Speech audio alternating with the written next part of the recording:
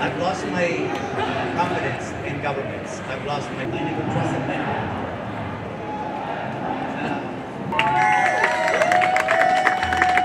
Shall we all solidarity with the people of Afghanistan? The river of justice must flow.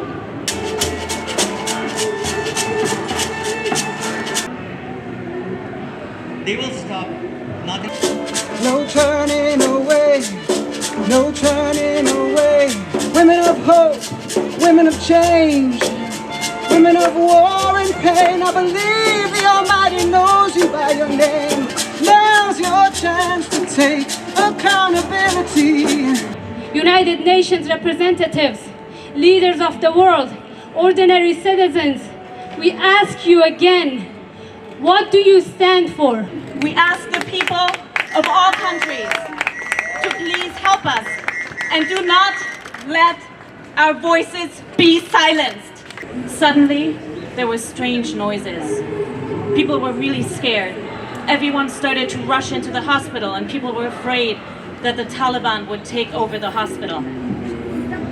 It was the day that darkness took over Afghanistan, affecting all the people of Afghanistan, especially the women. That's when Kabul died. Kabul was turned off, the sound of everything muted. Nobody left their houses for 2 or 3 days, maybe even a week, and nor did I. I could feel how fear took over all of my body. I attended school before the Taliban, and this year I was in the 6th grade.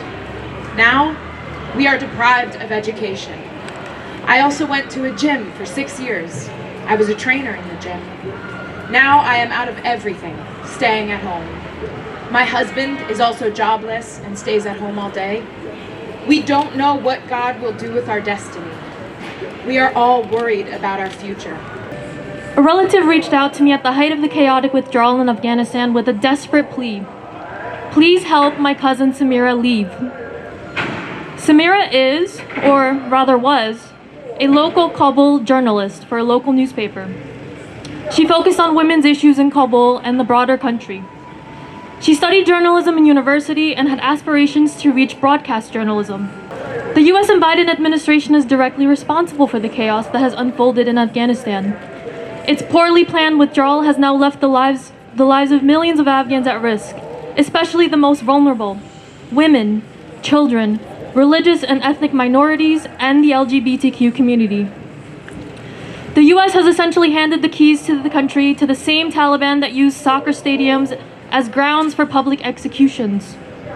I'll never forget the day I saw the image of the Afghan woman being brought onto the soccer field and her deep blue burqa quickly turning red.